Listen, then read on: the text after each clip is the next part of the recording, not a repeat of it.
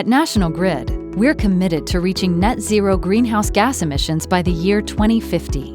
And part of that clean energy transition will include networked geothermal, a way to heat and cool homes and businesses by using and sharing renewable thermal energy from the Earth itself.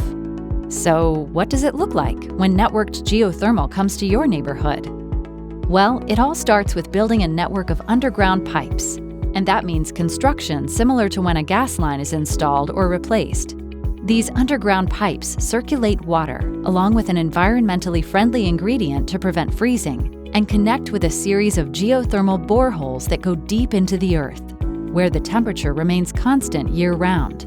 That steady temperature allows water to be constantly cooled or warmed as needed, providing thermal energy for heat pumps in connected buildings on the surface. Made from the same materials used in the gas network, this underground piping system will be extremely robust and long-lasting. While the loop is being installed outside in the neighborhood, important energy efficiency upgrades can begin inside of buildings too. Careful air sealing and insulation improvements can reduce wasted energy and make buildings more comfortable year-round. Then, a heat pump system is installed in each home or business to replace current heating and air conditioning equipment. If that requires electrical services upgrades, that gets handled too.